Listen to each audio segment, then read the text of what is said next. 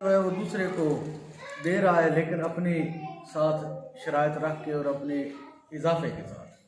इसमें एक तो मजबूर की कोई मदद नज़र नहीं बज़ाहिर आ रही। नंबर 2, जो बंदा लेने वाला है वो आम तौर पे ये समझता है कि बाकी तमाम हालात व वाक़यात कांस्टेंट रहेंगे, मैंने जीना भी है और बाकी जो माली मेरे मामलात और वसाइल है ये भी इसी तरह रहेंगे। वो कांस्टेंट समझ लेता है ज़िंदगी और ज़िंदगी के तमाम जुमला मामलात को मुस्तकिल समझ रहा है। हालांकि ये बहुत बड़े वेरिएबल्स हैं, लम्हा बलम्हा हालात वाक़यात तब तब्दील हो रहे हैं, लेकिन वो लेने वाला आइंदा के लिए 3-4 साल के लिए समझ रहा है कि मेरे हालात वाक़यात, मेरी सेहत, मेरी ज़िंदगी, लेने देने, तमाम चीज़ें कांस्टेंट हैं और ये तो फिक्स्ड है ना। मैंने सिर्फ ये लेना है और इतने मामलात में से यहाँ से मैं डील कर लूँगा और वहाँ मैं हिसाब बचा कर किस्तें अदा कर लूँगा या सूद की रीपेमेंट कर लूँगा। सबसे बड़ा वो जो अजम्पशन कर रहा है या प्रज्यूम कर रहा है, वो सबसे बड़ी उसकी गलती ये है कि वेरिएबल्स को वो कांस्टेंट करार दे रहा है। बहुत अच्छा, बहुत अच्छा। ना तो ज़िंदगी कांस्टेंट है, ना उसके हालात व वाक़यात कांस्टेंट है। इंसान तो एक मच्छर से अफेक्ट हो जाता है, वेरिएबल हमारे कंट्रोल में नहीं है। कंट्रोल में नहीं है। सेहत का मसला 15-20 मिनटों में बंदे को बन जाता है, जाते हुए बन जाता है, एक्सीडेंट हो जाता है, हालात वाक़यात बहुत तब्दील हो जाते हैं, जो कि वो समझ रहा है कि मेरे 3-4 साल तक फिक्स रहेंगे, जो हो ही नहीं सकता। एक तो ये है, ये बहुत बड़ी एक अकली बात है। हमने कई लोग देखे हैं जो सूद लेते हैं और उनके जहन में लेते वक्त यही होता है कि कोई नहीं, 3-4 महीनों में मैं इन चीज़ों को मैनेज कर लूँगा, या मैं किस्तें बना रहा हूँ, रीपे करता रहूँगा 3-4 साल तक और इस तरह मैं अपने माली मुश्किलात पे काबू पा लूँगा। मुश्किलात पे तो काबू क्या पाना होता है, वो अपने हालात पे ही काबू नहीं पा सकता। जिनको वो फिक्स समझ के कह रहा होता है कि मैं 4 साल तक ऐसे ही रहूँगा तो रीपेमेंट कर लूँगा। नंबर 2, इसमें उसका फ़ायदा क्या है लेने वाले का? देने वाला तो बाज़ार एक कैलकुलेशन लगा के बैठा है कि इतना मुझे इसमें बचत हो रही है और बग़ैर कारोबार के बचत हो रही है। लेने वाला तो बेचारा उन टर्म्स एंड कंडीशंस पे ले रहा है जो उसकी हालात और वाक़यात को मज़ीद रेगोरियस बना देंगे, पहले से टफ़ बना देंगे। जहाँ वो पहले उसकी इनकम में 10 या 20 हज़ार का शॉर्टफॉल आ रहा है, या उसकी कैलकुलेशन जितनी भी बड़ी हो, लाखों में हो, करोड़ों में हो, तो सूद के साथ उसका शॉर्टफॉल बढ़ना है, कम तो नहीं होना। ठीक है। अगर वो ये सोच रहा है कि इससे मैं ये इन्वेस्ट कर लूँगा और इतनी मेरे पास आमदनी आनी शुरू हो जाएगी, वो हालात व वाक़यात भी उसके कंट्रोल में नहीं है। तो इस ज़िमन में किसी भी किस्म का इसमें मैं एक इजाफा भी करना चाहूँगा सारे कि एक इंडिविजुअल से वो सूद पे रकम लेता है तो वो 2 इंसानों का एक आपस में बाहमी वो मुआहदा है सूद पे।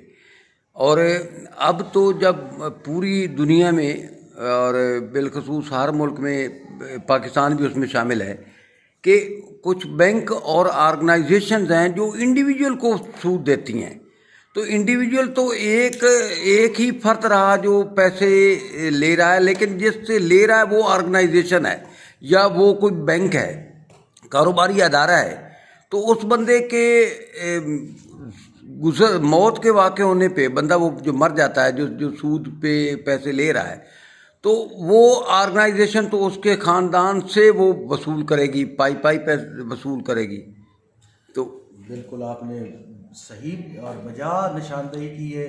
लेने वाला हालात व वाक़यात पे कंट्रोल नहीं रख सकता या खुद नहीं रहता दुनिया में। ठीक है। तो जो इदारे हैं, देखो, अगर नाजायज़ आमदनी ना आ रही हो इदारों को, वो इतने सिस्टमाइज्ड कैसे हो सकते हैं? बहुत अच्छा, बहुत अच्छा।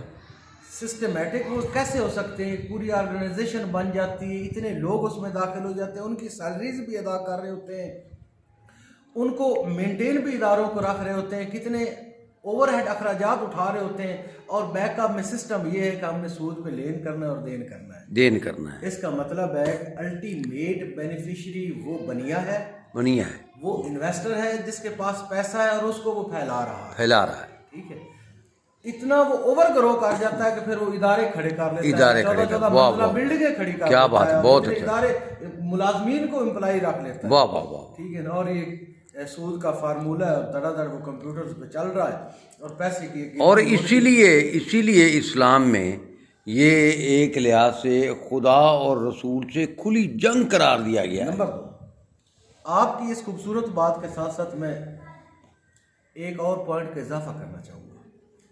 اللہ کا وعدہ ہے کہ وہ خیر و رازقین ہے، خیر و رازقین اللہ ہے۔